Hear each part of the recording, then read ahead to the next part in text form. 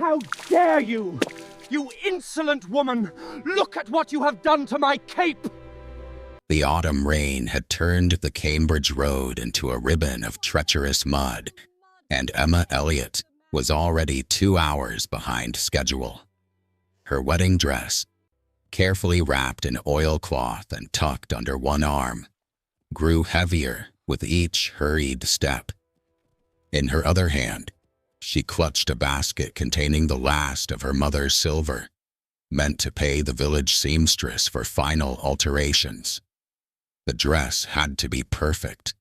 Everything had to be perfect. Her marriage to William Thornton tomorrow morning wasn't just a wedding. It was a lifeline for her family's failing farm in Kingscott. The year was 1847, and the Elliot family had worked their modest plot in the Gloucestershire countryside for 3 generations. But the land had grown exhausted, and so had her father. The cough that rattled his chest each morning sounded like stones grinding together. Their lease would expire in 6 weeks, and the new Duke, some distant nephew of the old lord who died last spring, had sent word through his steward that all tenant agreements would be reassessed. Emma's boots squelched through the mud as she rounded the bend where the road narrowed between an ancient stone wall and a steep embankment. Her mind churned with worries. Would the seamstress accept partial payment? Could her father survive another winter in their drafty cottage? Would William's family truly welcome her? Or would they always see her as the poor farmer's daughter who'd trapped their son? That's when she saw the obstacle. A magnificent gray stallion stood planted in the center of the narrow passage, its rider motionless in the saddle. The man wore a traveler's cloak, dark and rain-soaked, but his posture radiated the kind of casual authority that made Emma's jaw tighten. He wasn't moving. He was simply waiting, as if the entire road existed for his convenience. Emma stopped so suddenly that the basket bumped against her ribs. "Of course," she muttered under her breath. "Why should anyone imagine a road is for walking?" She glanced behind her. The lane stretched empty toward Kingscott Village, but she knew others would be coming this way soon. Farmers returning from market, children sent on errands. They would all have to wait because this man decided the middle of the road was a suitable resting place. "Excuse me, sir," Emma called out, her breath still quick from hurry. "The road, I need to pass." The rider turned his head slowly. He was younger than she'd expected, perhaps 30, with sharp features and dark hair plastered to his forehead by the rain. His eyes, an unsettling shade of gray-green, assessed her with the detached interest one might show a mildly curious bird. "The road is narrow," he observed, his voice educated, refined, the accent of Cambridge and London drawing rooms. "My horse is skittish in mud. We're resting." Emma felt something hot and desperate rise in her throat. "I'm late," she said, forcing politeness through gritted teeth. "My seamstress closes at 4 o'clock. If you could just move to the side." "Patience," he interrupted smoothly, "is a virtue I'm told most country folk possess in abundance. Surely you can wait a few minutes." The casual dismissal, the assumption that her time, her urgency, her entire existence mattered less than his horse's comfort, struck Emma like a slap. She thought of her father's cough, of the silver in her basket that might not be enough, of the wedding dress that had to be altered tonight or not at all, of the steward's letter with its cold talk of reassessment. "Country folk," she repeated, her voice shaking, "have work to do. We don't have the luxury of standing about in the rain admiring ourselves. His eyebrow lifted slightly. I'm admiring the landscape, not myself. Then admire it from the side of the road. Emma's voice cracked. Some of us are trying to survive, not sightsee. He studied her for a long, measuring moment. Then, with maddening slowness, he gathered his reins. Very well, though I might suggest, miss, that a more civil tongue would serve you better in. Emma didn't let him finish. Months of anxiety, sleepless nights, and grinding poverty had compressed into a single, white-hot point behind her ribs. She bent, seized a handful of the thick, cold mud from the road's edge, and before rational thought could intervene, she hurled it. The mud struck him square in the chest, splattering across his cloak and up onto his jaw. Dark streaks dripped down the fine fabric. His horse shied sideways. The man sat frozen, staring down at himself with an expression of such complete astonishment that Emma's anger drained away in an instant, replaced by cold, creeping horror. She began. Did you just... He looked up at her, mud sliding down his collar. Did you just throw mud at me? You wouldn't move, Emma heard herself say, though her voice sounded distant, unreal. I asked. You refused. You dismissed me like I was nothing. For a heartbeat, she thought she saw something flicker in his eyes. Surprise, perhaps even respect. But it vanished as quickly as it came. Your name, he said quietly, dangerously quiet. No. The word came out as a whisper. I asked for your name. Emma clutched her basket and her wrapped dress, feeling the world tilt beneath her feet. Why should you have it? She demanded, desperation making her bold. So you can report me to the magistrate. Have me whipped for insulting a gentleman's dignity? His jaw tightened. Because, miss, assault, even with mud, is not something I take lightly. And because I suspect we may meet again, and I prefer to know whom I'm dealing with. We won't meet again, Emma said, though her heart hammered against her ribs. You're passing through. I'm no one. Something in his expression shifted, became almost curious. No one who throws mud is ever truly no one, he said. Then, to her shock, he kneed his horse to the side of the road, clearing the passage. Go on then, before your seamstress closes. Emma didn't wait. She fled past him, boots slipping in the mud, not daring to look back until she'd rounded the next bend. When she finally glanced over her shoulder, he was gone, vanished as if he'd been nothing more than a rain-soaked phantom. It wasn't until she reached the village, gasping, mud-splattered and trembling, that old Mrs. Pemberton grabbed her arm outside the draper's shop. Emma Elliot, where have you been, child? Haven't you heard? The old woman's eyes glittered with excitement.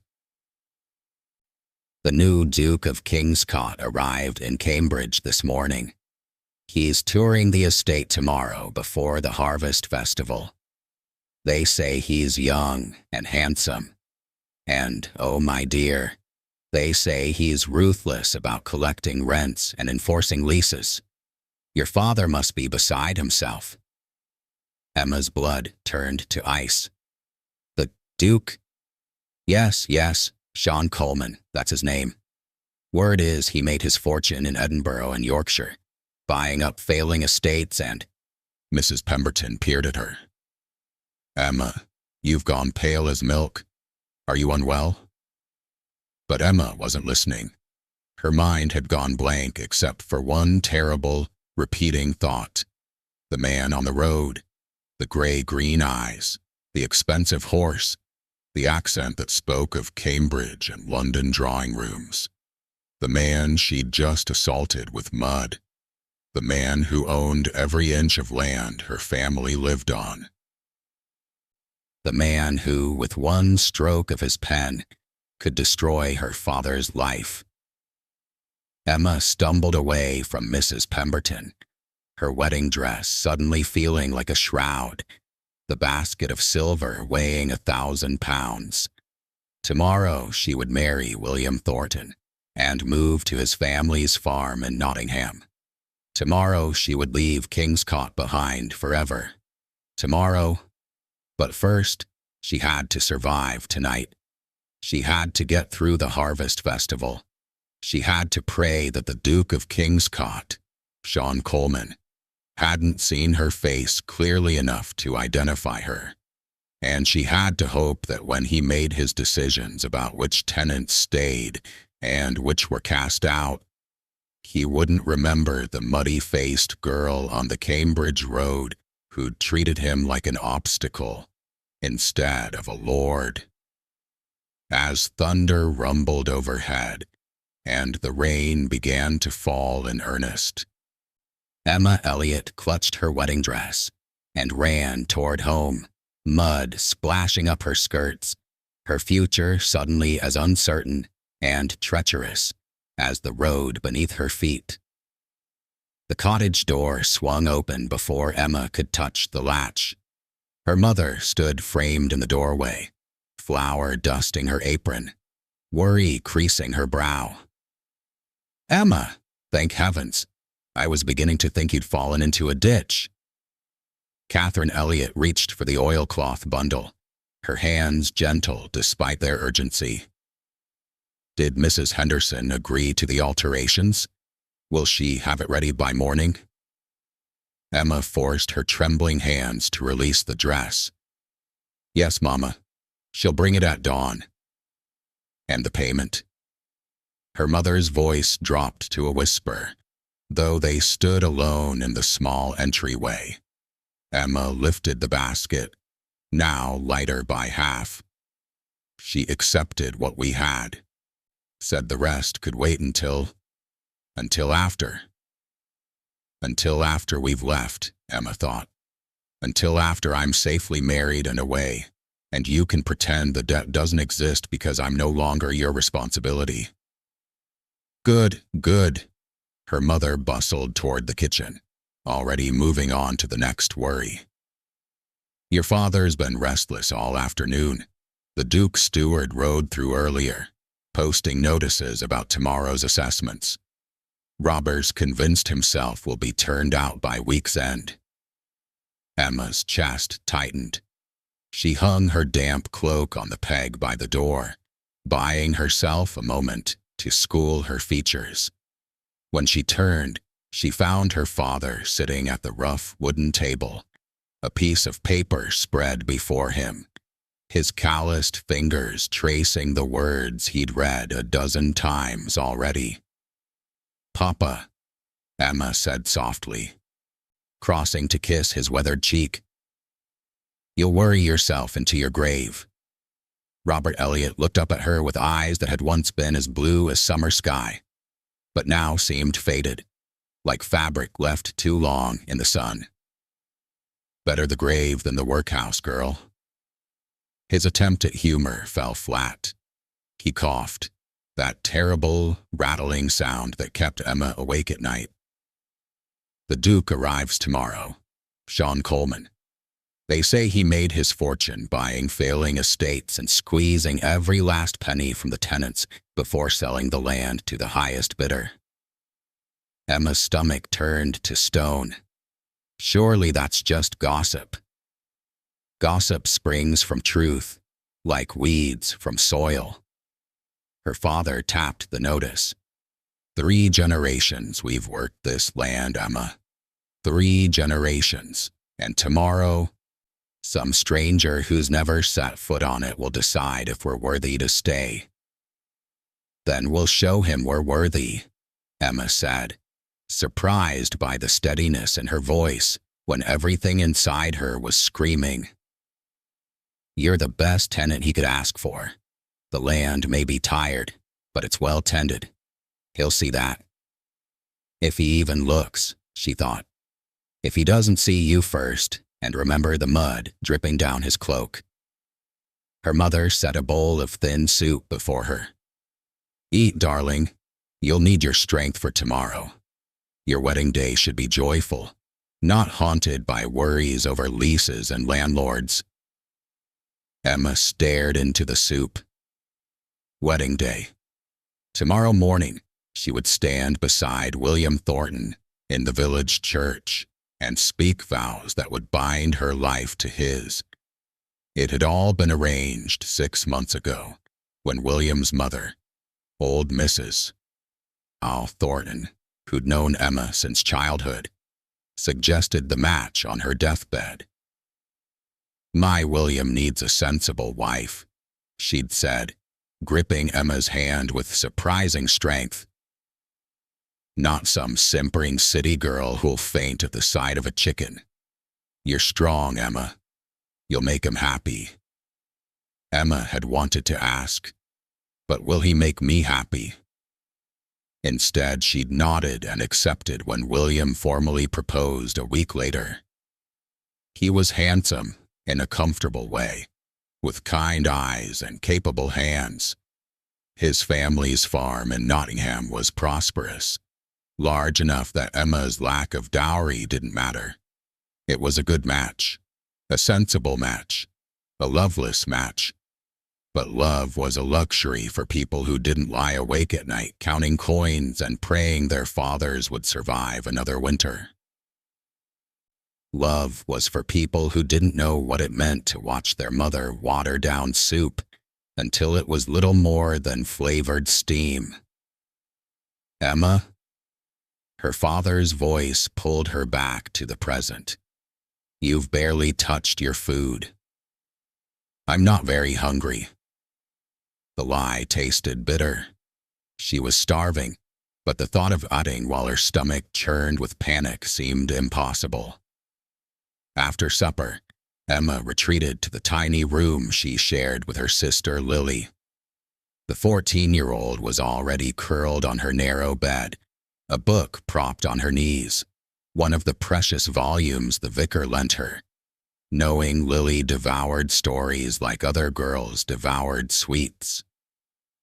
"You're back late," Lily said without looking up. "Mrs. Henderson must have talked your ear off about her nephew's gout again." Emma sank onto her own bed, suddenly exhausted. "Something like that."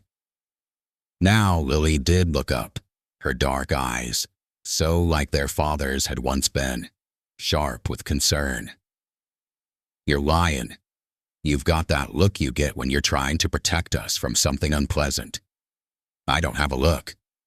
"You absolutely have a look." Lily set aside her book and scooted to the edge of her bed, close enough that their knees almost touched. "What happened, Em?" For a wild moment, Emma wanted to tell her everything.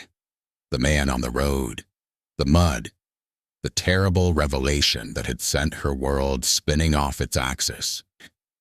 But Lily was 14, still young enough to believe in happy endings and justice and the fundamental goodness of people. Emma couldn't bear to be the one who taught her sister that sometimes the world was just cruel and there was nothing to be done about it. "Nothing happened," Emma said. "I'm just thinking about tomorrow, about leaving." It wasn't entirely a lie. She was thinking about leaving, about how marriage to William would take her away from Kingscott, away from Gloucestershire, away from the gray-green eyes of a duke who might or might not remember her face. "You don't love him." It wasn't a question. Emma looked at her sister, this girl who was too observant, too clever, too much like Emma herself. "Love isn't everything, Lily. Security matters. Survival matters." That's what Mama would say. Mama's right. Is she? Lily's voice was soft, sad. Or is that just what we tell ourselves when we're too frightened to reach for what we really want? Emma had no answer for that. She stood, and moved to the small window that looked out over the village toward the hill where Kingscote Manor stood. Candlelight flickered in several windows. The Duke was in residence. Somewhere in that great house, Sean Coleman was probably reviewing tenant files, deciding fates with the stroke of a pen. Did he know yet? Had he made the connection between the muddy-faced girl on the road and the Elliott family, whose lease hung by a thread? "Emma," Lily whispered, "whatever you're running from, maybe you should face it instead." Emma pressed her forehead against the cool glass. "Some things can't be faced, Lily. Some mistakes can only be escaped." She thought of William, waiting in Nottingham, expecting a bride.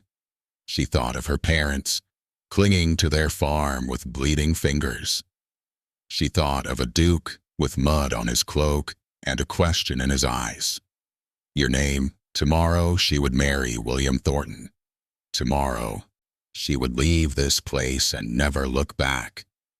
Tomorrow, she would become someone else. Someone who hadn't thrown mud at a Duke. Someone who didn't carry the weight of her family's survival on her shoulders. Someone who could breathe without counting the cost of each breath. Tomorrow couldn't come soon enough. But tonight, Emma Elliott stood at her window and watched the lights of Kingscote Manor flicker like distant stars, and made 1,000 desperate bargains with a god who'd never seemed particularly interested in listening to poor tenant farmers' daughters. Please, she prayed, please let him not remember. Please let tomorrow come quickly. Please let me escape before everything falls apart.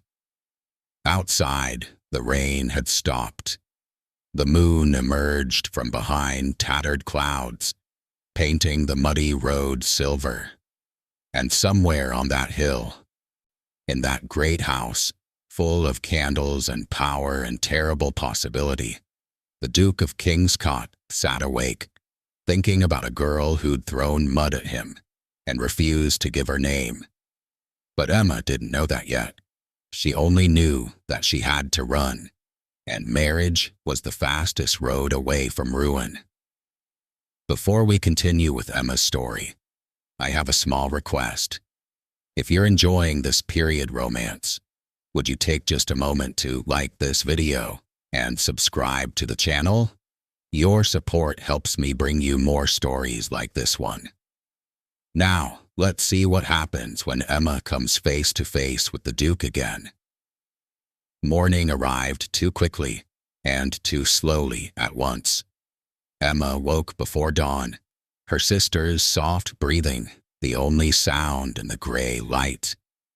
Today was the harvest festival. Tomorrow was her wedding. 2 more days, and she would be gone from Kingscote forever.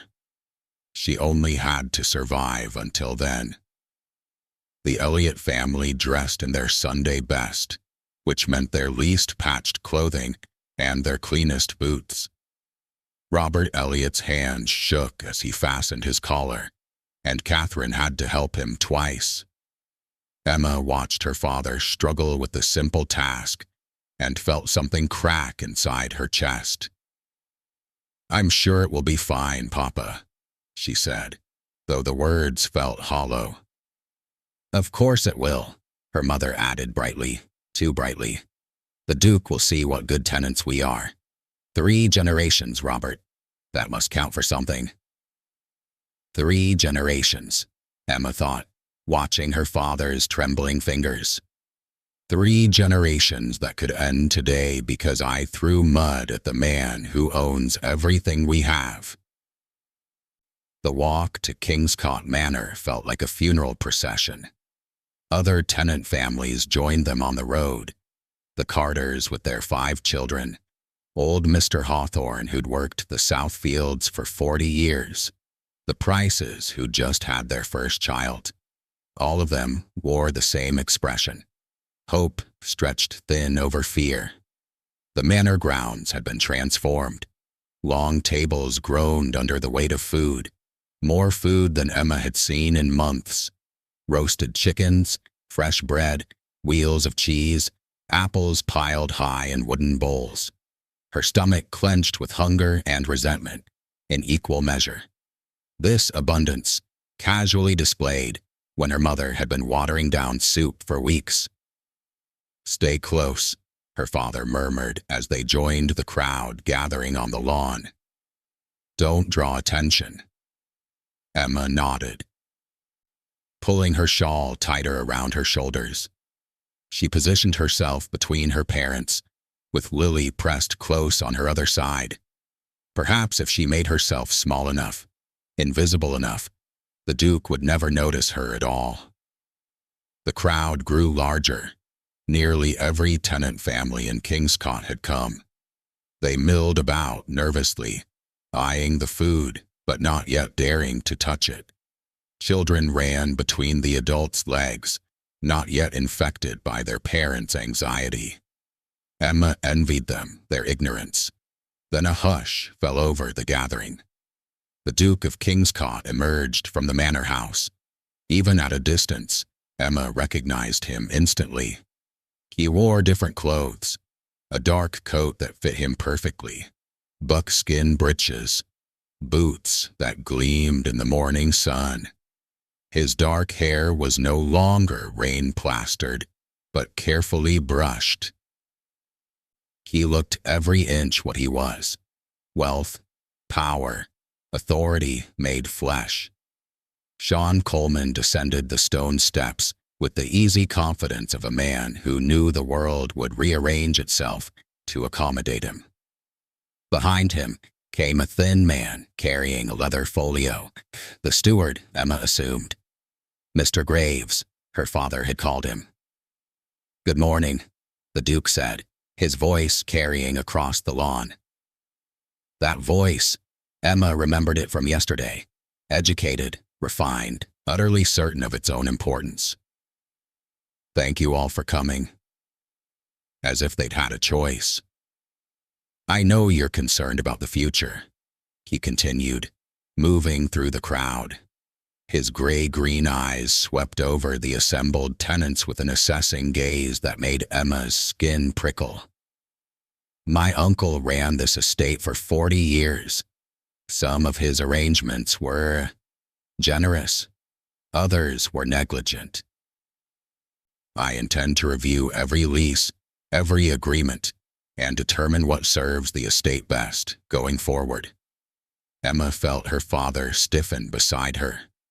Generous could mean low rents. Negligent could mean deferred maintenance. Either way, the Duke was announcing change, and change for tenant farmers was never good. The Duke moved closer, and Emma's heart began to hammer. He was speaking to families now, asking questions, listening to responses with that same detached interest he'd shown on the road. 10 feet away, 8 feet, 6. Emma turned slightly, putting her father between herself and the Duke's line of sight.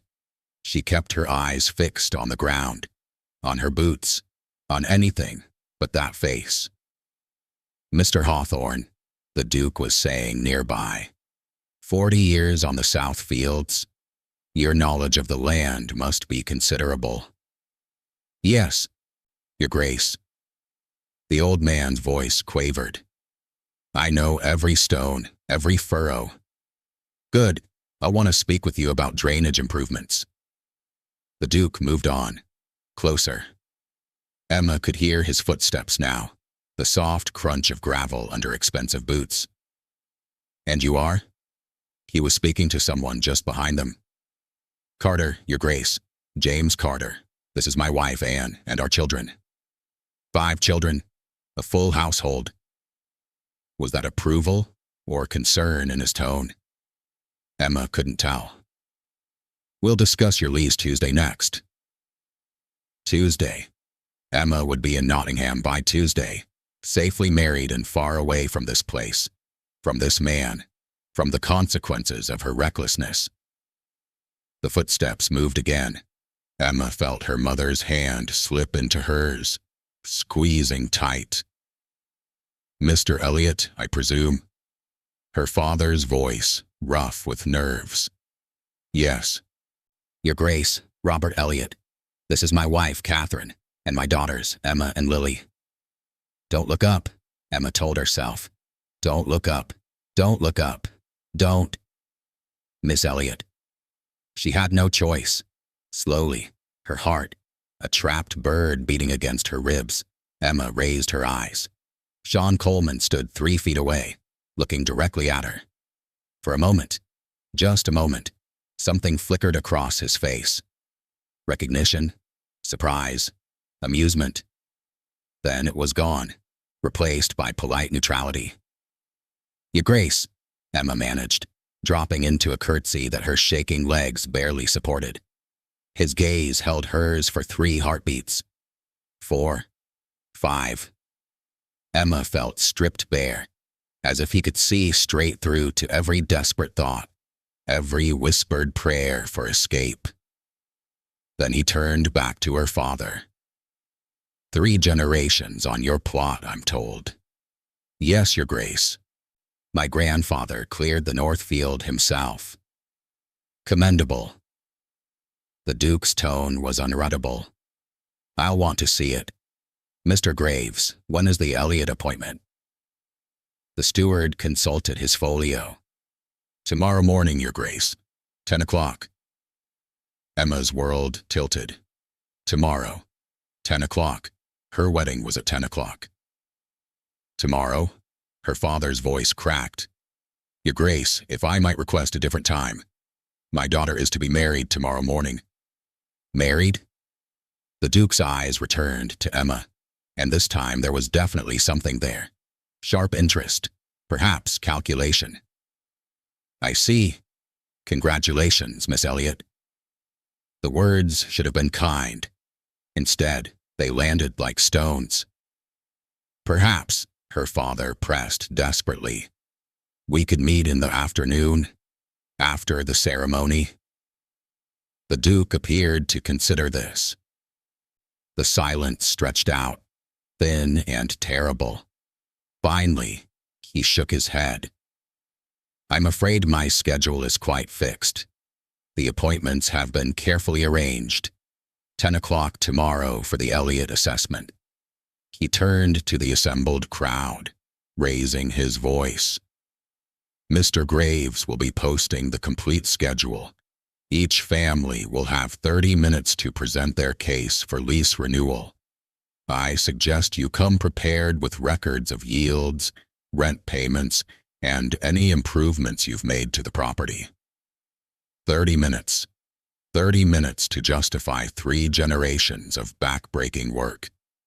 30 minutes that overlapped exactly with Emma's wedding ceremony." The Duke nodded once, politely, and moved on to the next family. Emma stood frozen, her father's hand gripping her shoulder so tightly it hurt. "We'll send your mother," Robert said quietly, desperately. "She can represent the family while I walk you down the aisle." "No." The word came out harder than Emma intended. "Papa, you can barely stand without coughing. If Mama goes alone and says the wrong thing, asks for the wrong terms." She couldn't finish the sentence. They both knew what happened to families who displeased their landlords. "Then what?" Her father's eyes were wet. "You've waited for this wedding, Emma. William's family is expecting. William will understand." Another lie. William would be hurt, confused, perhaps angry. But William lived in Nottingham, safe and secure. William didn't know what it meant to stand on land that could be stolen with a signature. Lily grabbed Emma's hand. There has to be another way. But there wasn't.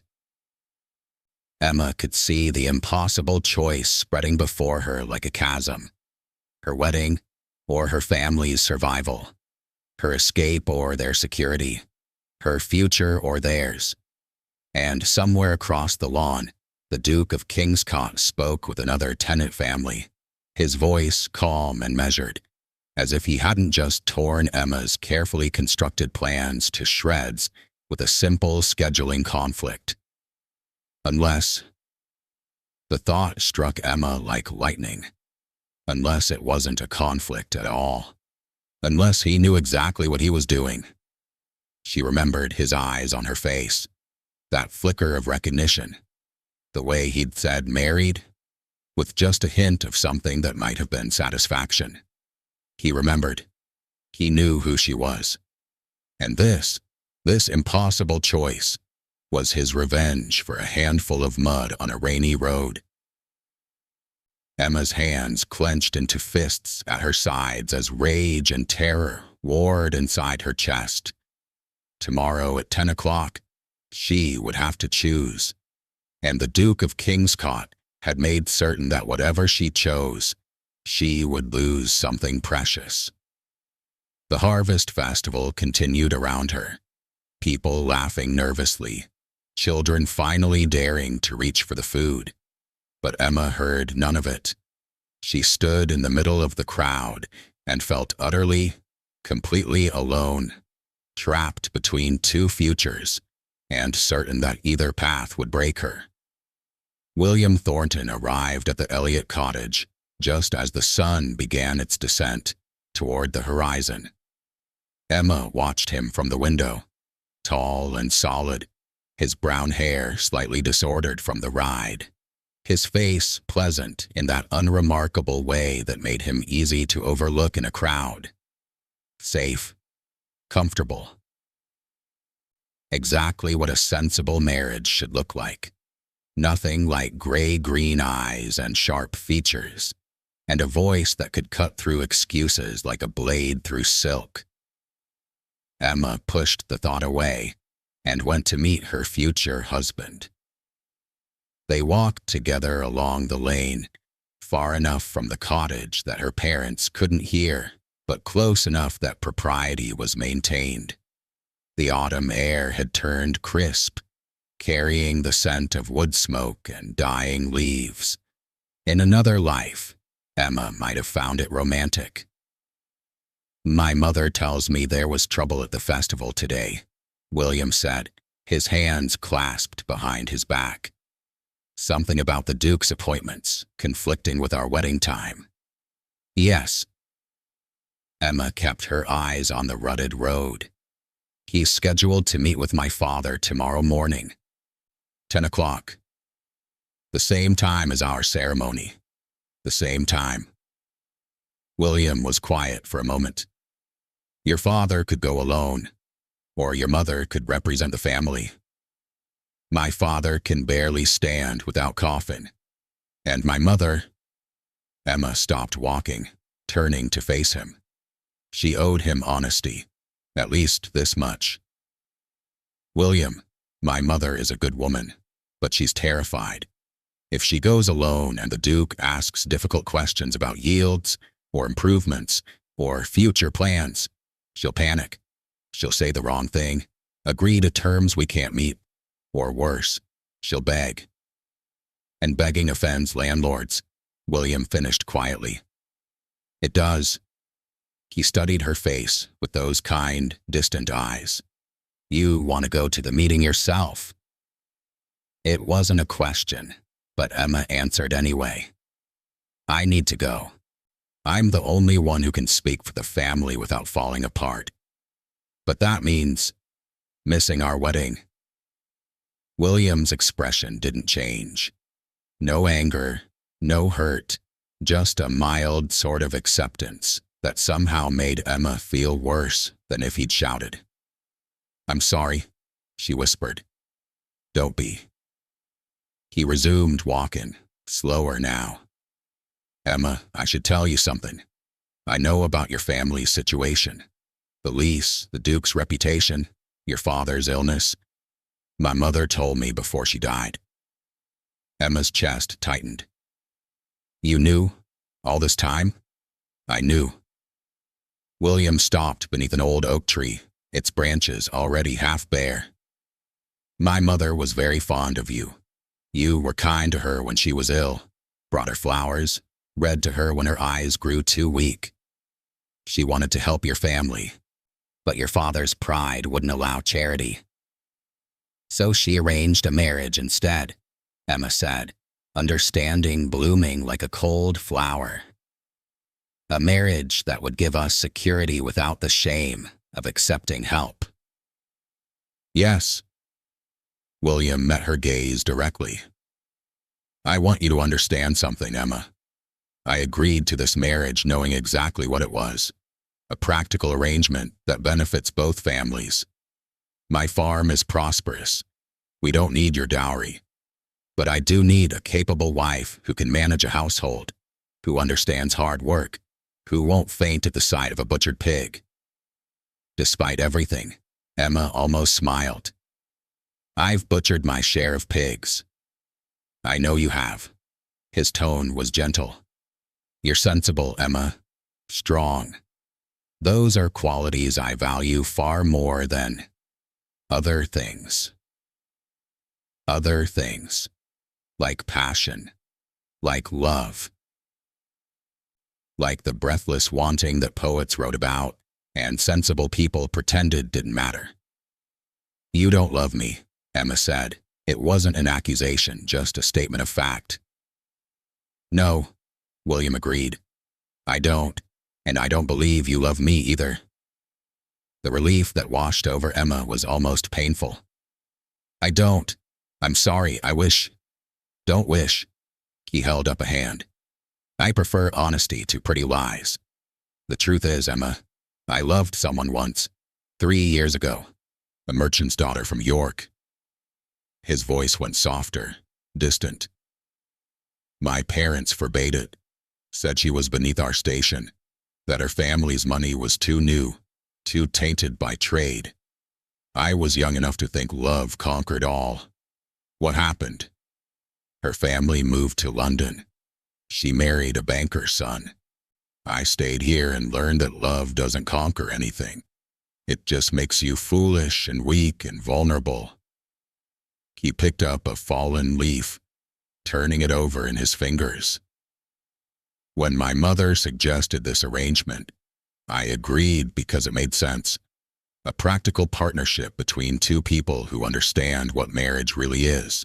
Work, compromise, mutual benefit. Emma watched the leaf crumble in his hand. That sounds desperately sad, William. It sounds realistic. He let the pieces fall. We could have a good life together, Emma. I would never mistreat you. I would never raise my hand or my voice to you. I would give you a comfortable home, security, respect. In return, you would manage my household, bear my children if God wills it, and stand beside me at church on Sundays. No passion, no drama, no heartbreak. Just peace. Peace. Emma turned the word over in her mind. It sounded like surrender. Is that enough for you? She asked. It has to be, William said simply, because the alternative is wanting things I can't have and making myself miserable in the process. I'm done with that, Emma. I'm done with wanting. Something twisted in Emma's chest. Pity, perhaps, or recognition. Here was a man who'd locked his heart away so thoroughly that he'd forgotten where he'd hidden the key. Here was her future, mapped out in careful, colorless strokes. A house in Nottingham, children who looked like William, years of quiet competence and mutual indifference. Safe, comfortable, dead. Emma? William's voice pulled her back. I need to know you understand what you're agreeing to. This isn't a love match. It never will be. If you're hoping that affection will grow over time, that we'll wake up one day and find ourselves transformed into something from a penny novel, I can't promise you that. I won't lie to you.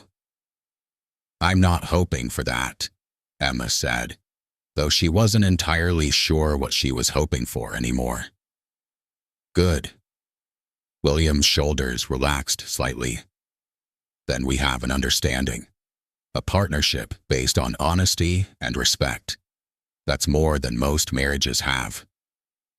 Emma almost told him then, almost confessed about the man on the road, the mud, the Duke's gray-green eyes, and the terrible certainty that he remembered her face.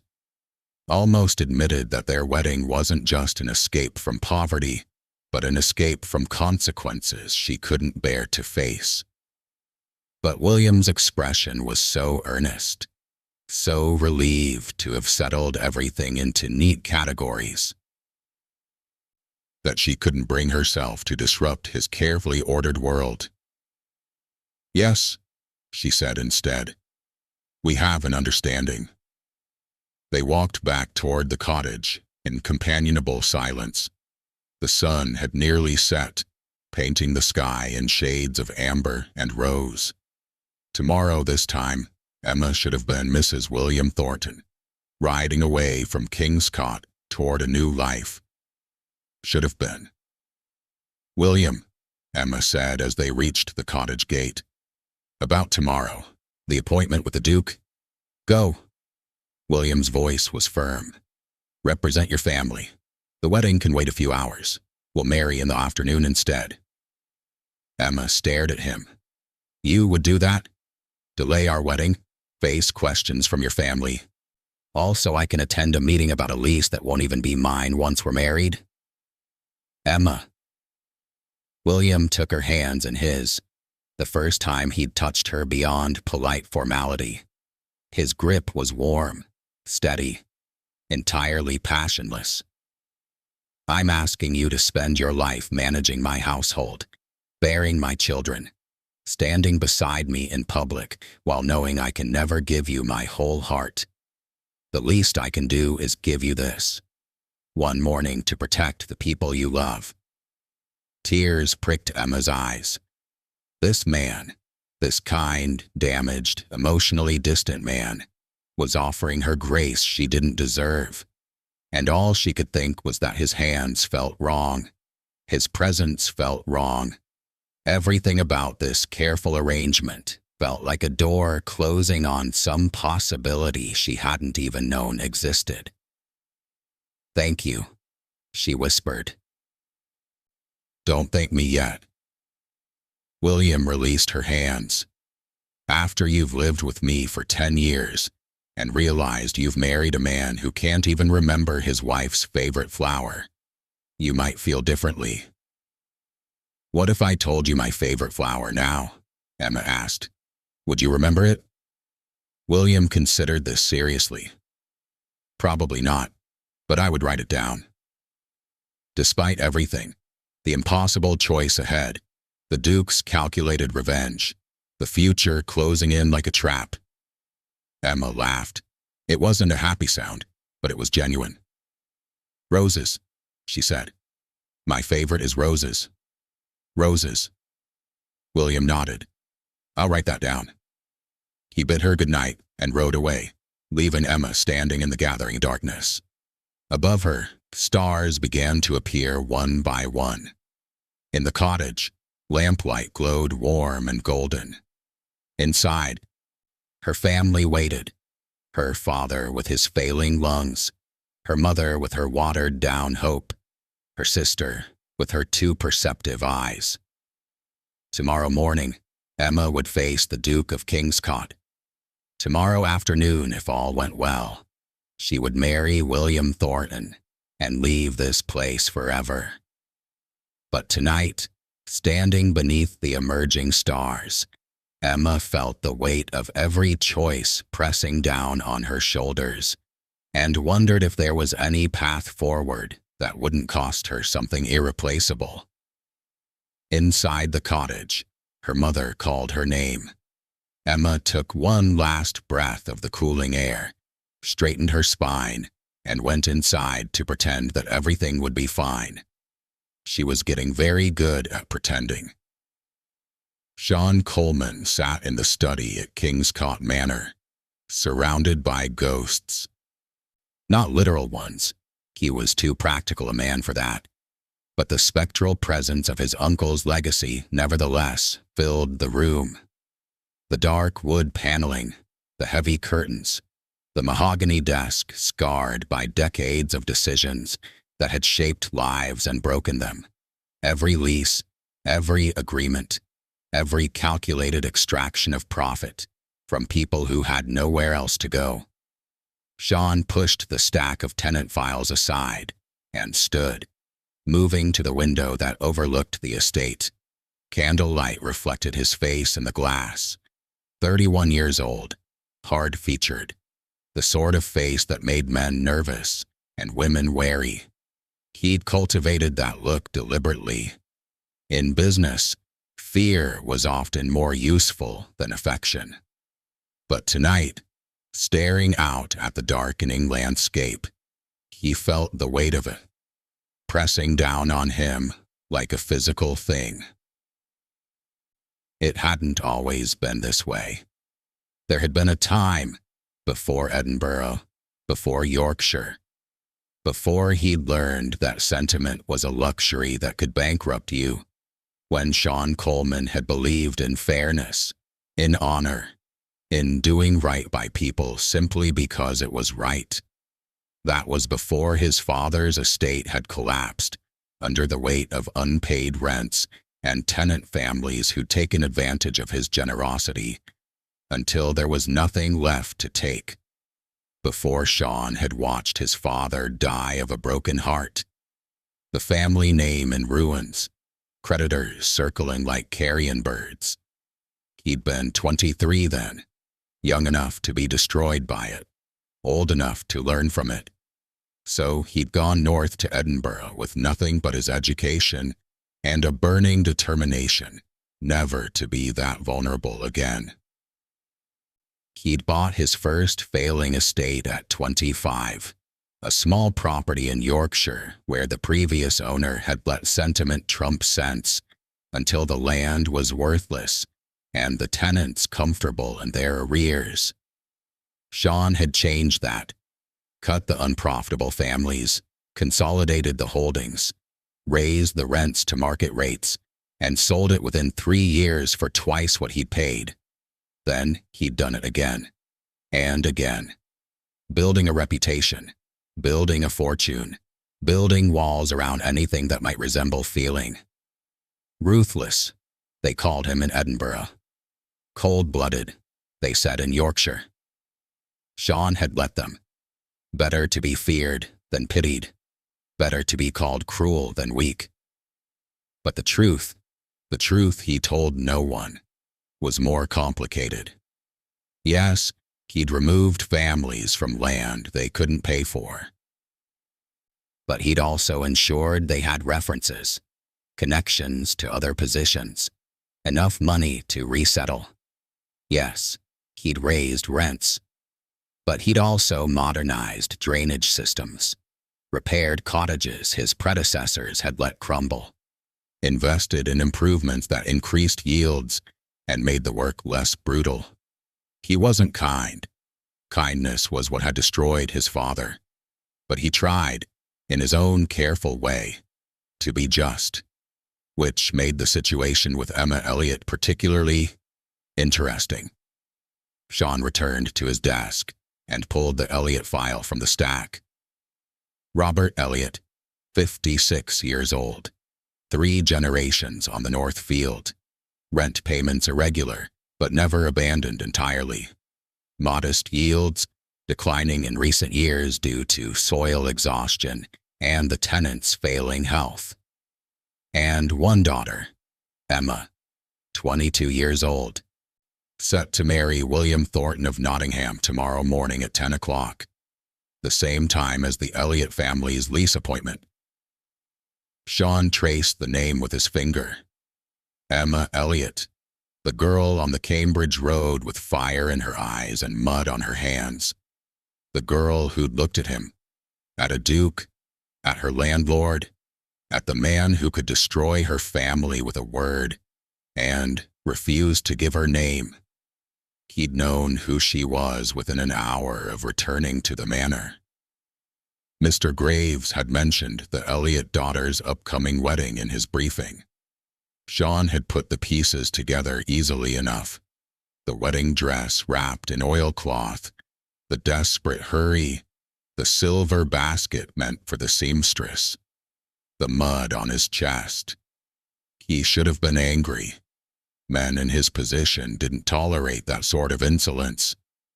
But instead, he'd found himself entertained, intrigued. Here was a girl who cared more about her father's empty stomach than a duke's dignity, who chose defiance over deference when backed into a corner, who had spirit enough to throw mud and courage enough to run. A knock at the door interrupted his thoughts. Enter. Mr. Graves stepped inside, his thin face pinched with concern. Your Grace, I've prepared tomorrow's schedule as requested. However, I must point out that the Elliott appointment conflicts with the daughter's wedding ceremony. Yes, Sean said. I'm aware. The steward hesitated.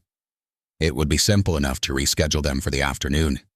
The prices could easily swap. No. Sean kept his tone mild, but the word was final. The schedule stands. But, Your Grace, Mr. Graves. Sean looked up from the file. How long have you served this estate? 23 years, Your Grace. Then you remember my uncle's methods. Generous lease terms that encouraged dependency, deferred maintenance that saved money in the short term, but cost more in the long run. Sentiment masquerading as stewardship. Your uncle was a kind man, Graves said carefully. My uncle was a negligent landlord who left this estate hemorrhaging money, and these tenants believing that hard luck was an acceptable substitute for hard work. Sean closed the Elliott file with deliberate precision. I don't intend to repeat his mistakes. Every tenant will be assessed on merit, their productivity, their reliability, their commitment to the land, not on how well they can plead poverty or tug at heartstrings. And the Elliott girl's wedding? Sean stood, moving back to the window. Outside, the last light was fading from the sky. Miss Elliott has a choice to make. She can marry her way to security in Nottingham, leaving her family to face this assessment without their most capable member.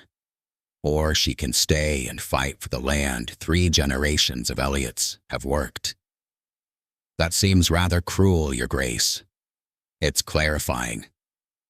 Sean's reflection in the glass was hard, unreadable. I want to know who Emma Elliott really is. Does she run when things become difficult? Or does she stand? Graves was quiet for a long moment. And if she chooses the wedding? Then I'll know she's exactly like every other tenant's daughter, willing to secure her own future regardless of the cost to her family. The Elliott lease will be assessed accordingly. And if she chooses the meeting? Sean turned from the window. Then I'll know she has the strength this estate needs, that she values duty over escape, that perhaps... He stopped himself. The schedule stands, Mr. Graves. 10 o'clock tomorrow morning. See that you're prepared. After the steward left, Sean remained at the window, watching the darkness settle over the land. He told himself this was about assessment, about determining character, about separating tenants who truly cared from those who merely occupied space. He told himself it had nothing to do with gray eyes meeting his without fear, nothing to do with a voice that had trembled with exhaustion and fury in equal measure, nothing to do with wanting to understand what kind of woman threw mud at a duke and then ran toward her wedding dress instead of away from consequences. The file said Emma Elliott would marry William Thornton tomorrow at 10 o'clock. The file said she was leaving Kingscote, leaving Gloucestershire, leaving everything she'd ever known for a practical arrangement with a man she likely didn't love. But Sean didn't want to read about it in a file.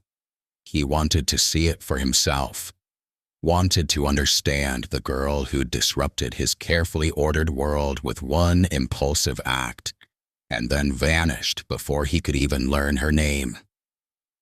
So he did something he rarely did, something impulsive, unplanned, potentially unwise. He went to see her. The ride to the Elliott farm took less than 20 minutes in the gathering dusk.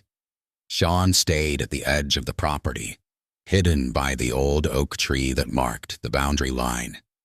From there, he could see the small cottage, lamplight glowing in the windows. Could see the modest garden, the sagging fence, the evidence of 3 generations trying to coax life from exhausted soil. And he could see her. Emma Elliott stood in the garden, hanging something white on the line to air. Her wedding dress, he realized. She moved with efficient grace, smoothing the fabric, adjusting the shoulders. Then she stood back, looking at it with an expression Sean couldn't quite read from this distance. Was it anticipation, resignation, regret? She turned suddenly, as if sensing his presence, and Sean pulled his horse back behind the tree. He felt foolish, a grown man, a duke, spying on a tenant's daughter like some lovesick boy. This was beneath him. This was exactly the kind of sentiment-driven foolishness that had destroyed his father. But he didn't leave. He watched as Emma's younger sister came out to join her, saying something that made Emma laugh, a sound that carried across the quiet evening air. Watched as their mother called them inside. Watched as Emma took one last look at the white dress before following her family into the cottage. Tomorrow morning, she would have to choose. And Sean Coleman, Duke of Kingscote, would learn exactly what kind of woman had thrown mud at him on a rainy Cambridge road. He turned his horse toward home, but the image stayed with him. Emma Elliott, standing in her garden at dusk, caught between a white dress promising escape and a family that needed her to stay. Sean had set the test deliberately, convinced he was assessing her character, determining her worth as a tenant's representative. But as he rode back through the darkness, he began to suspect he was the one being tested, and he had no idea if he wanted her to pass or fail. Dawn came too early and too late. Emma woke in the gray light before sunrise, her sister still sleeping beside her, one small hand curled beneath her chin. For a moment, just a moment, Emma let herself imagine this was an ordinary morning, that she would rise, dress in her work clothes, and spend the day in the garden, or helping her mother preserve what little harvest they'd managed. But the white dress hanging by the window, ghostly in the dim light, reminded her otherwise. Her wedding day. Emma rose quietly, careful not to wake Lily, and moved to the window. The sky was just beginning to lighten, streaks of pink and gold above the horizon. In the village, the church bells would ring at 9:30. At 10 o'clock, William Thornton would be standing at the altar, waiting. Also at 10 o'clock, her father should be, standing before the Duke of Kingscote, fighting for 3 generations of Elliott presence on this exhausted land. Emma pressed her forehead against the cool glass and tried to pray. But God seemed as distant as the brightening sky, and her prayers felt like stones dropping into a bottomless well. Emma, her mother's voice, soft from the doorway. "Let me help you dress." The ritual of preparation should have been joyful.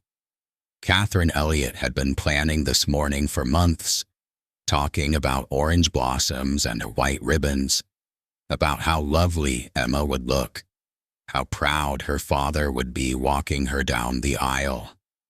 But now, as her mother's fingers worked the buttons of the wedding dress, her cheerfulness felt forced, brittle. "You'll be happy in Nottingham," Catherine said, smoothing the fabric across Emma's shoulders. "William's farm is prosperous. You'll have a proper kitchen, Emma. A stove that doesn't smoke, windows that close properly. You'll never have to water down soup again." Emma heard what her mother wasn't saying. "You'll be safe. You'll be secure.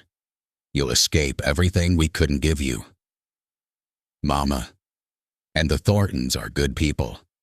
William's sister Margaret will help you settle in. She's only a year older than you, and she wrote such a kind letter about how excited she is to have a new sister." Catherine's voice wavered slightly.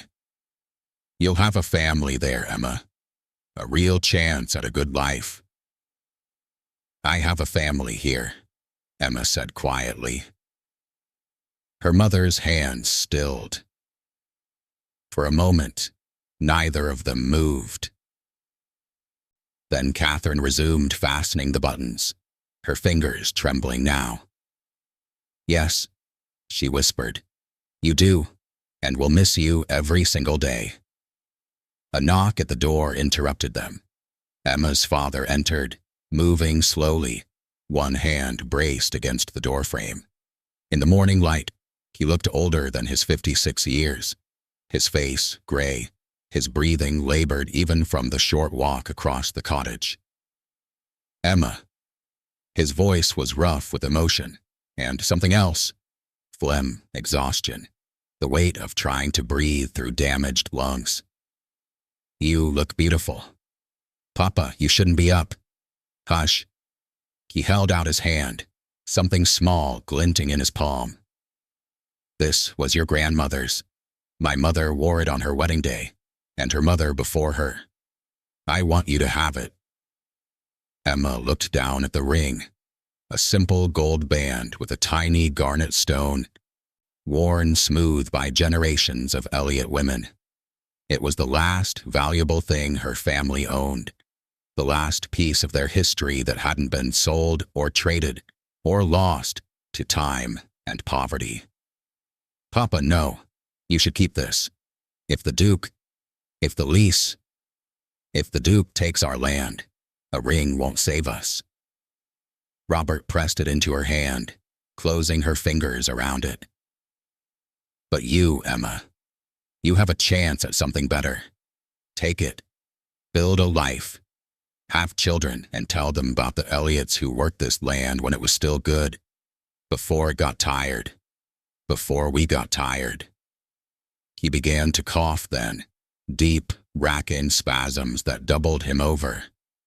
Catherine rushed to his side, supporting him, her face tight with fear. "Robert, sit down. You need to rest." "I need to get to the church," he gasped between coughs. "Need to walk my daughter." But another fit seized him, worse than before. Emma watched her father struggle for breath and felt something inside her crack open. "Lily," Catherine called. "Fetch water, quickly." Emma's sister appeared in the doorway, took one look at their father, and ran. The sound of her footsteps, the scrape of the bucket, the splash of water. It all seemed to happen at a great distance, muffled by the roaring in Emma's ears. Her father couldn't go to the church, could barely stand, certainly couldn't walk her down the aisle, or, more importantly, face the Duke of Kingscott at 10 o'clock. "I'll stay with him," Catherine was saying, helping Robert into a chair. "Emma, you go ahead. Lily can stand up with you. William will understand." "No." Emma's voice cut through her mother's planning. No, I can't. Emma, it's your wedding day, and it's our lease assessment. Emma looked at her father, at his gray face and shaking hands. Mama, if you go alone, if Lily goes, the Duke will see weakness. He'll see a family that can't even send their best representative because she chose a wedding over survival. It's not choosing, her mother protested. Your father is ill. The Duke won't care about reasons. Emma knelt beside her father's chair, taking his cold hands in hers.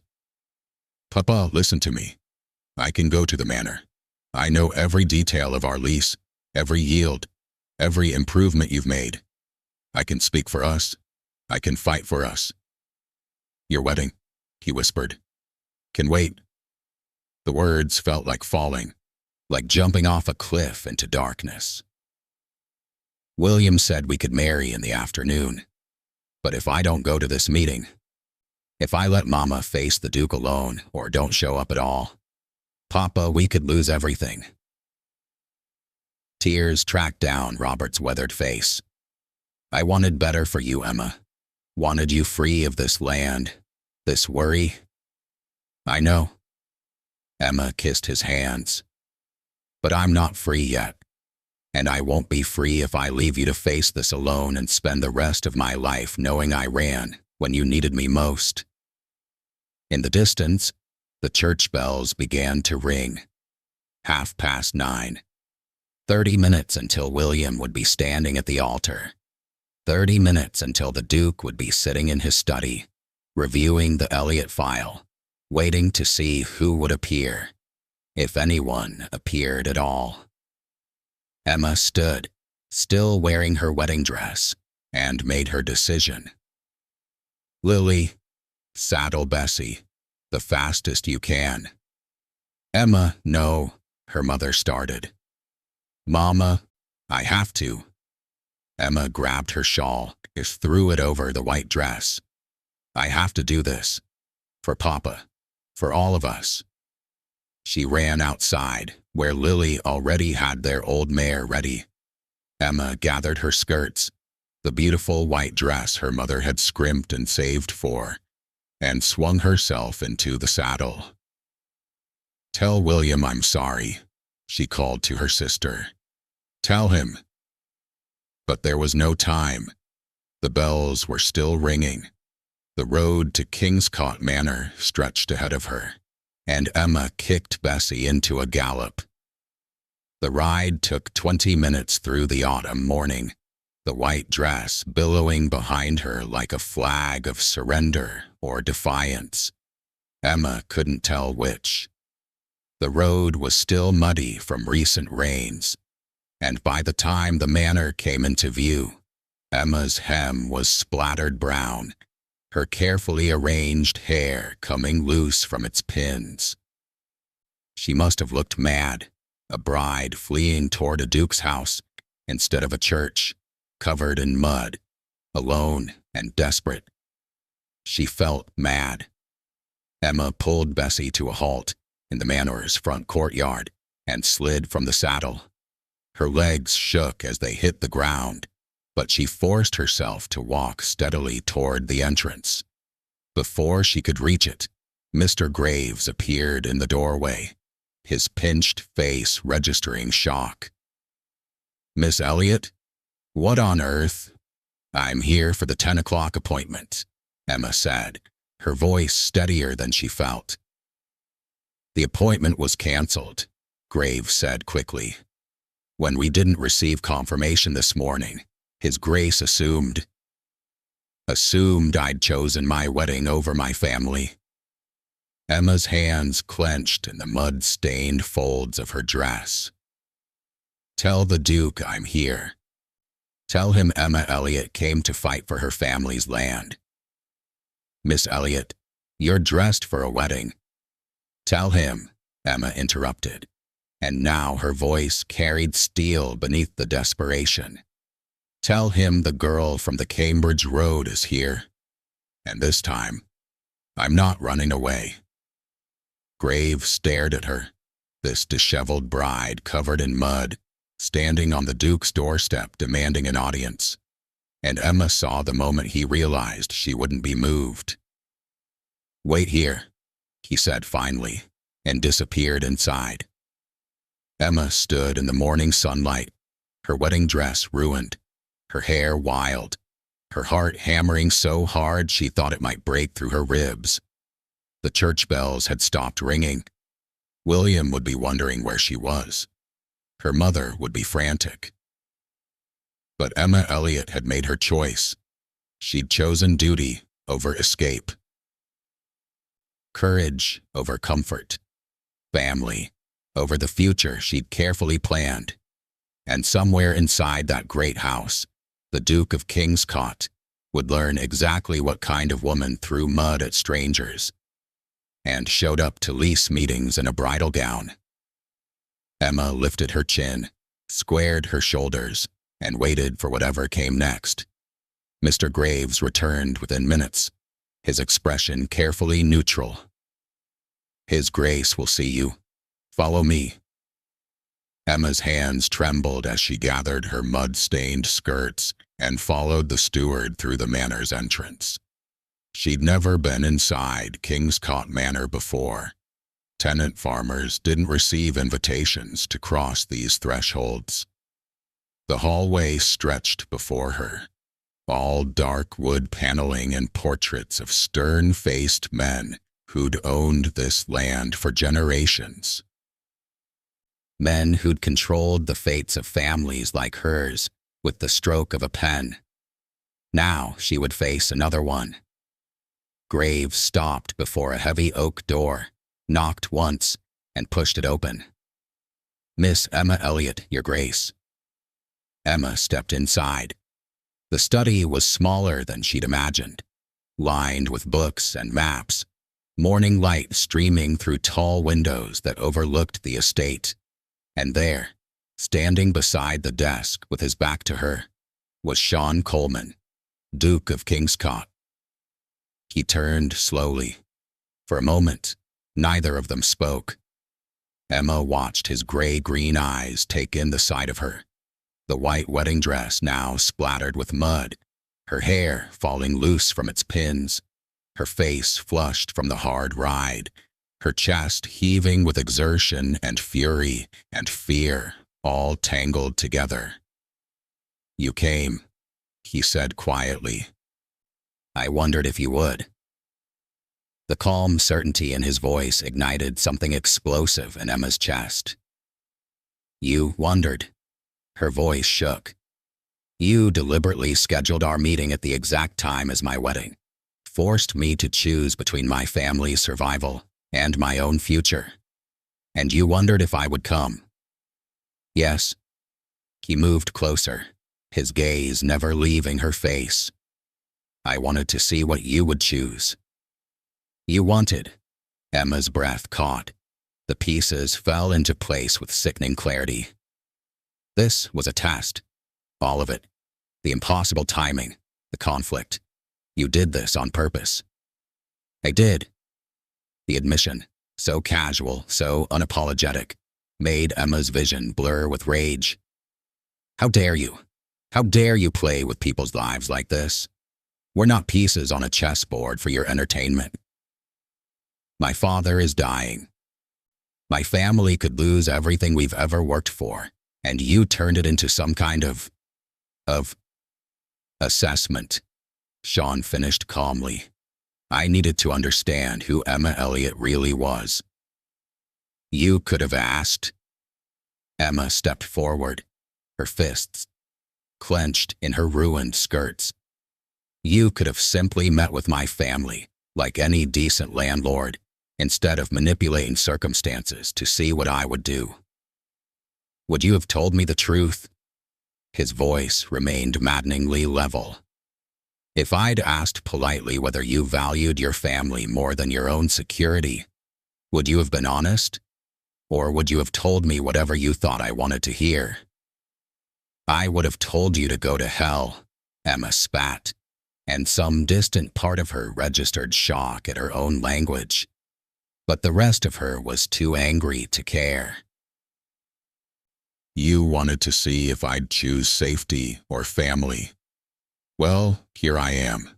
I chose them. I left a good man standing at an altar, humiliated my family, destroyed my wedding dress, and rode here like a madwoman because you gave me no choice. Are you satisfied? Have I passed your test? Yes. Something flickered in his expression. Not satisfaction, but something deeper, more complicated. You have. Then destroy us, Emma said, and now her voice was shaking not with rage, but with exhaustion, with the terrible weight of having gambled everything, and still not knowing if she'd won or lost. Go ahead. Void our lease. Turn us out.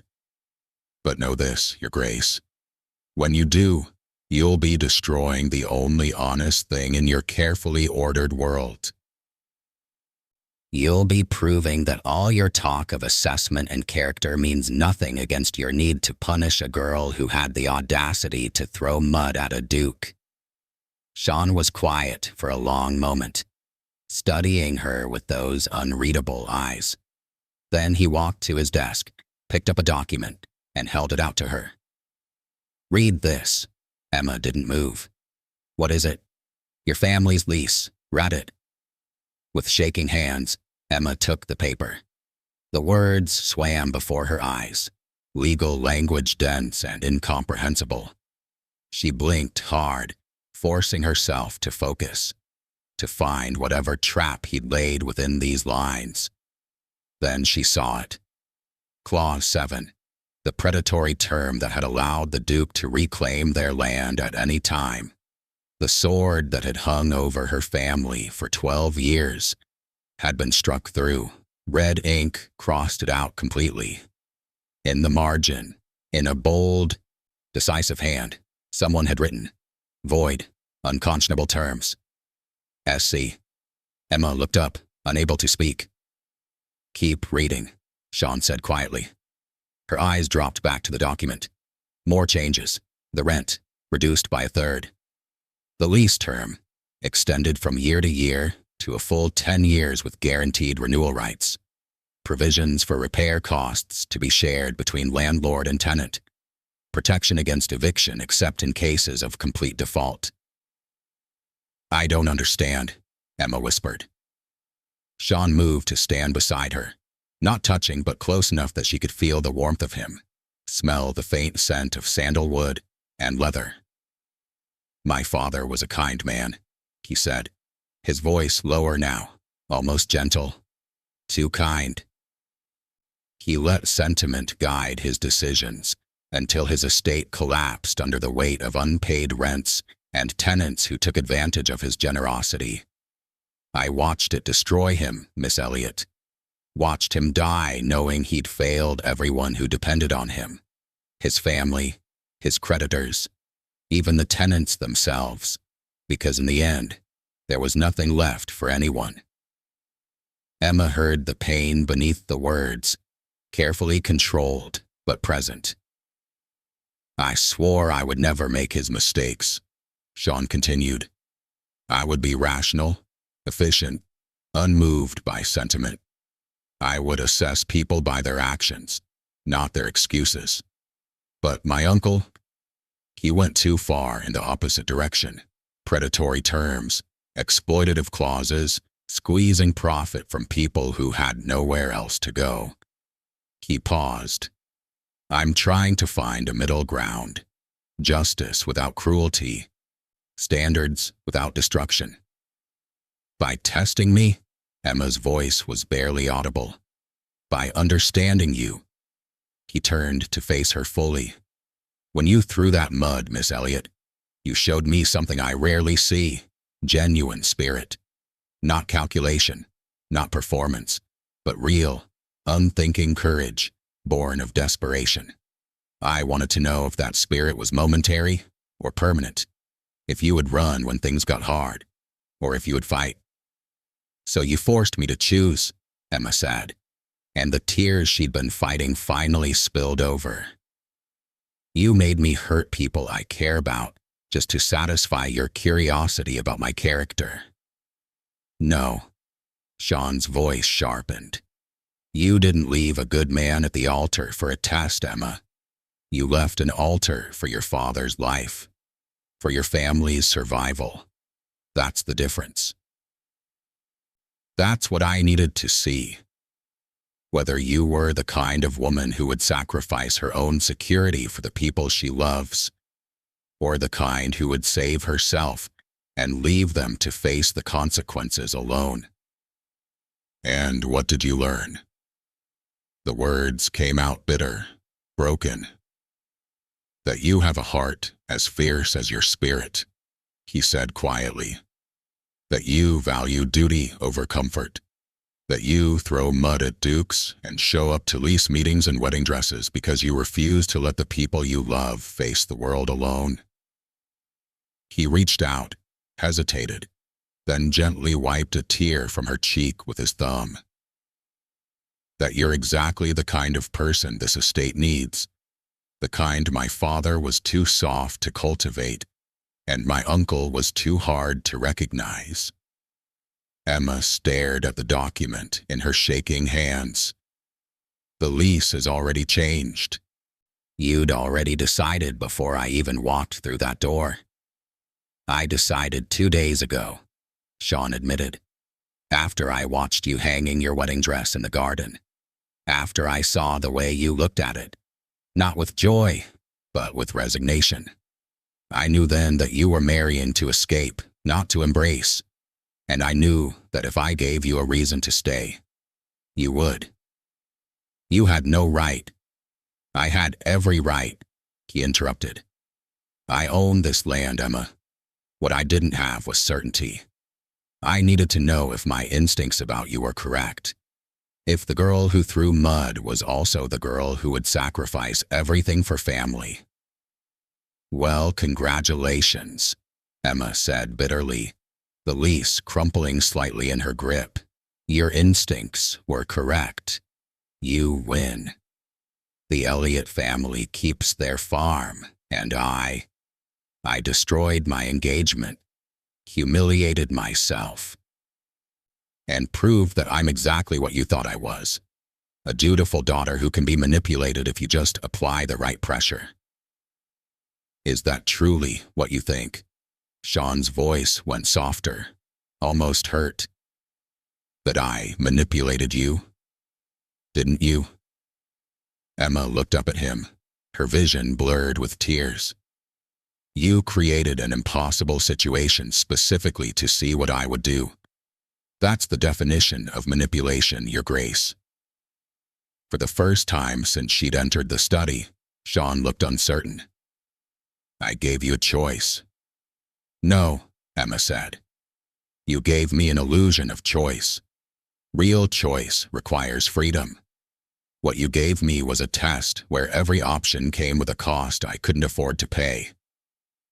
Silence fell between them, heavy and complicated. Outside, Emma heard distant sounds. Servants moving through the house, horses in the stable yard. The normal rhythms of a life that felt impossibly far from this moment. I'm sorry, Sean said finally. For what it's worth, I am genuinely sorry. I thought I was being fair, rational, but I see now that I was doing exactly what I accused my father and uncle of, letting my own agenda blind me to the cost others would pay. Emma folded the lease carefully, her hand steadier now, though tears still streaked her face. My family's farm is secure? Completely. The terms are as written here. No hidden clauses, no tests within tests. No games, Sean promised. You have my word. Emma nodded slowly. Then she did something that surprised them both. She laughed. It wasn't a happy sound, but it was genuine, raw with exhaustion and relief, and a kind of hysteria that came from holding too much for too long.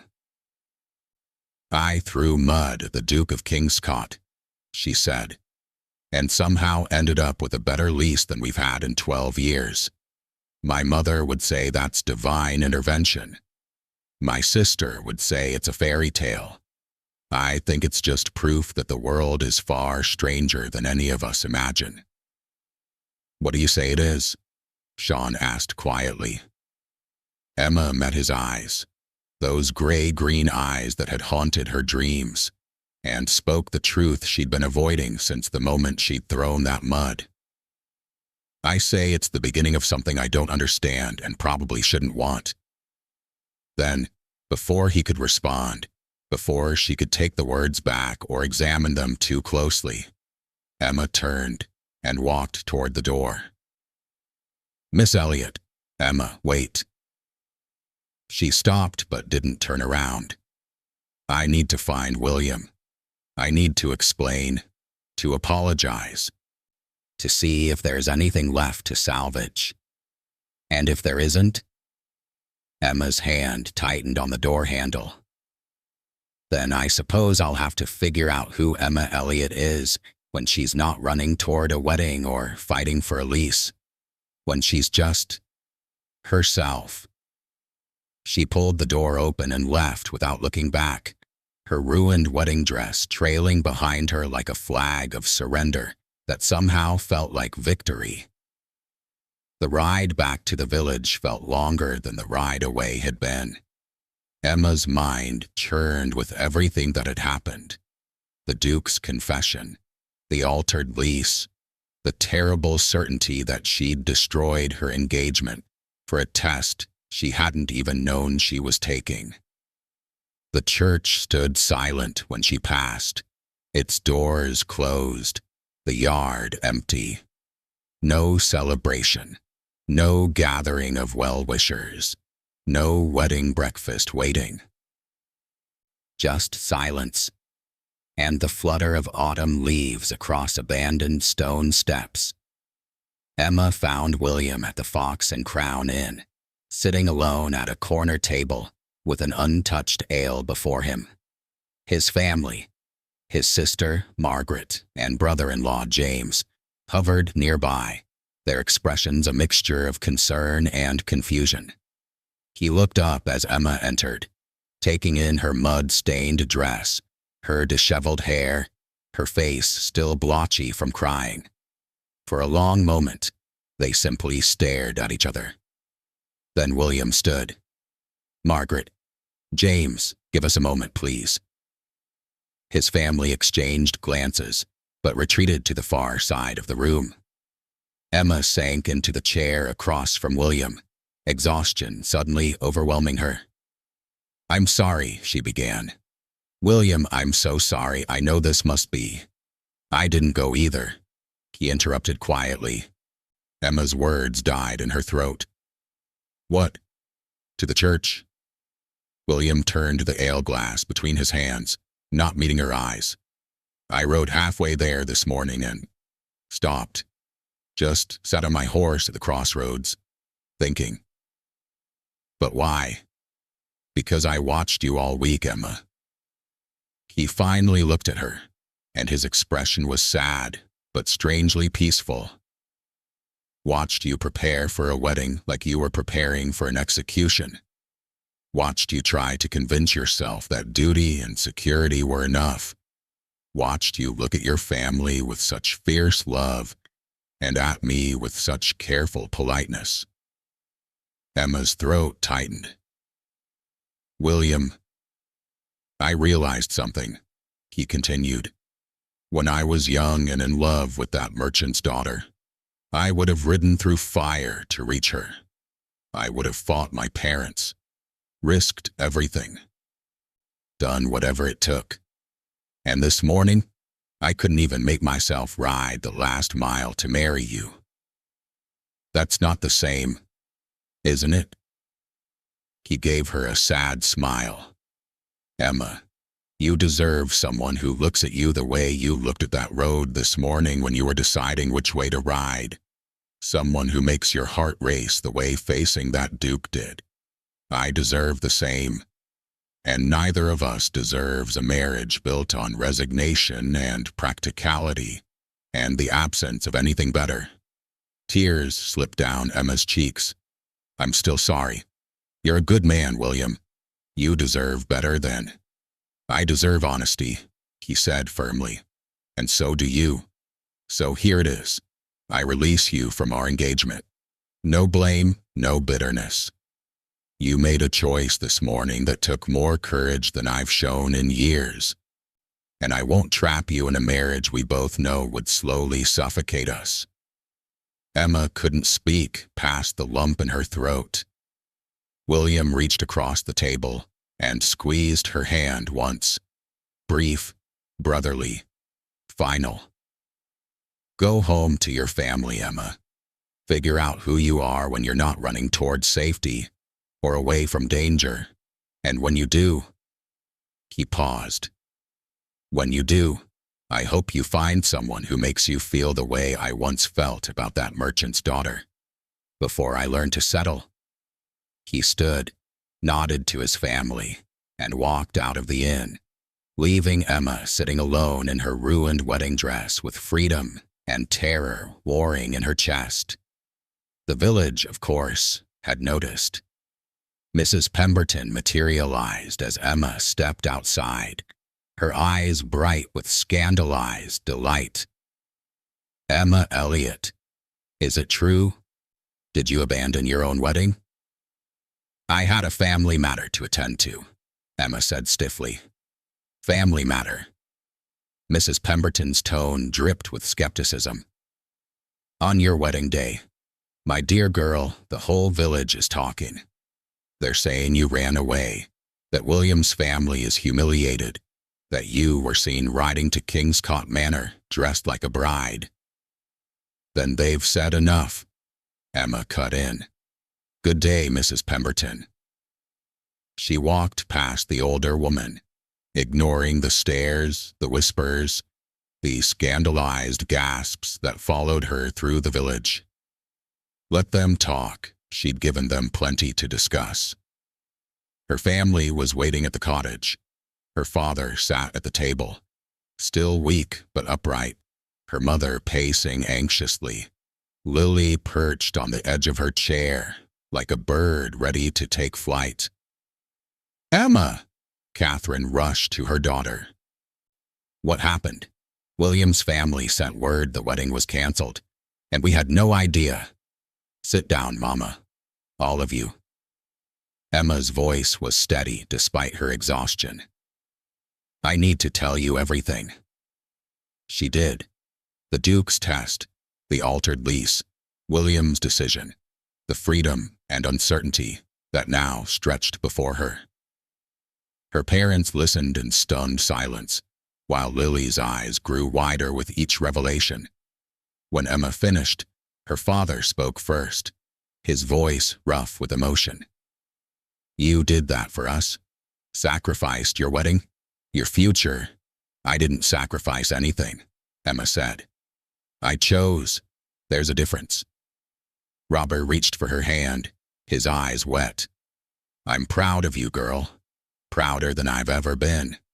But your reputation will survive, Emma said, with more confidence than she felt. Eventually, her mother's reaction was more complicated. The farm is truly secure? For 10 years? Yes, Mama. And William released you willingly? He did. Catherine sank into her chair, one hand pressed to her heart. Thank God for the farm. She looked up at Emma. But what will you do now, darling? You have no husband, no prospects. She has herself, Lily interrupted fiercely. She has her courage. That's more than most women ever get. Emma looked at her little sister and felt something warm unfurl in her chest. Lily's right. I don't know what comes next.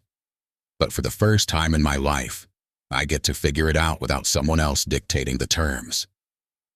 Her father nodded slowly. That's a gift, Emma. A rare one. Don't waste it. That night, long after her parents had gone to bed, Emma stood at her window watching the lights of Kingscote Manor flicker on the hill.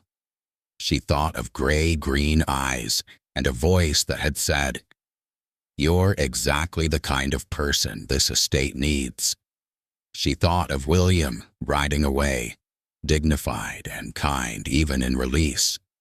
She thought of herself this morning, choosing between two futures and discovering that maybe she could create a third. The future was uncertain. The village would gossip. Her reputation was probably ruined. But the farm was secure, her family was safe, and Emma Elliott was, for the first time in her 22 years, entirely her own person. It was terrifying.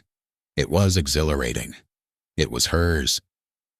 We're approaching the end of Emma and Sean's story, and I hope it's moved you as much as it moved me to tell it. If you've been with us this whole journey, would you honor me by subscribing and leaving a comment about which moment touched you most? Your support helps me continue creating these stories. Now, let's see how this tale concludes. 3 weeks passed like a held breath, slowly released. Autumn deepened into early winter, the fields turning gold and brown, the air carrying the sharp bite of coming cold. Emma threw herself into farm work with renewed purpose, mending fences, preserving what remained of the harvest, helping her father with the heavier tasks his weakened lungs couldn't manage. Without wedding plans consuming her days, she found a rhythm she'd never known. Work that felt like choice rather than survival. Evenings with her family that weren't shadowed by counting coins or calculating risks. Freedom that tasted like the first frost, sharp and clean, and slightly dangerous. The Duke continued his tenant assessments throughout Kingscott, but he didn't return to the Elliott farm. Emma told herself she was relieved, told herself the strange flutter in her chest when she glimpsed him riding past was merely residual anger about his test. She told herself many things. None of them were quite true. The village gossip had subsided to a low simmer.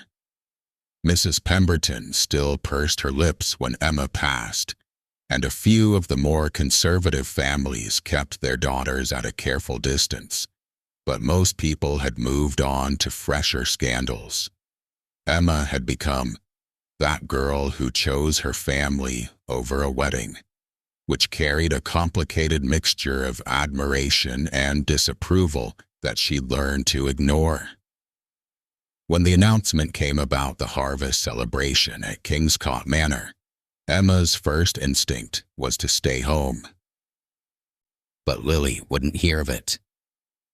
"You can't hide forever," her sister said firmly. "Besides, the Duke is making his final lease announcements. Don't you want to hear what he says about our farm?" Emma did, despite everything, or perhaps because of everything. She needed to see him again, needed to understand what had happened in that study 3 weeks ago, needed to know if the connection she'd felt was real or just a product of heightened emotion and extraordinary circumstances. So she went. The celebration was smaller than the harvest festival had been, more formal, with the Duke's closest advisors and most established tenant families in attendance. Emma stood with her parents near the back, trying to be invisible, but her eyes kept finding Sean Coleman, where he stood on the manor steps. He looked different somehow. Less the calculating landlord, more the uncertain man she'd glimpsed in his study when he'd apologized. When he spoke, his voice carried that same authority. But underneath it, Emma heard something new, or perhaps something that had always been there, just hidden beneath duty and discipline. "This estate has suffered under conflicting philosophies," Sean said, his gaze sweeping the crowd. "Too much sentiment, then too much severity. I'm trying to find a better path, one that values both productivity and humanity. Some of you have made that easier than others." His eyes found Emma's, just for a moment, but it was enough to make her breath catch. "The Elliott family," he continued, "has worked their land for 3 generations. Through good years and bad, through changes in management and shifts in fortune, they've remained steadfast. That kind of loyalty and dedication deserves recognition." Emma felt her father's hand grip her shoulder, heard her mother's small gasp of pride. "Their lease has been renewed and improved," Sean finished. "May it serve them well for years to come." After the speeches, after the polite applause and awkward mingling, Emma found herself standing alone near the garden wall, needing air, needing space to think. She didn't hear him approach until he spoke. "Miss Elliott." Emma turned. Sean stood a few feet away, looking less like a duke and more like a man who'd been searching for courage. "Your Grace," she said carefully, "would you walk with me?" He gestured toward the path that led away from the house. "There's something I'd like to show you."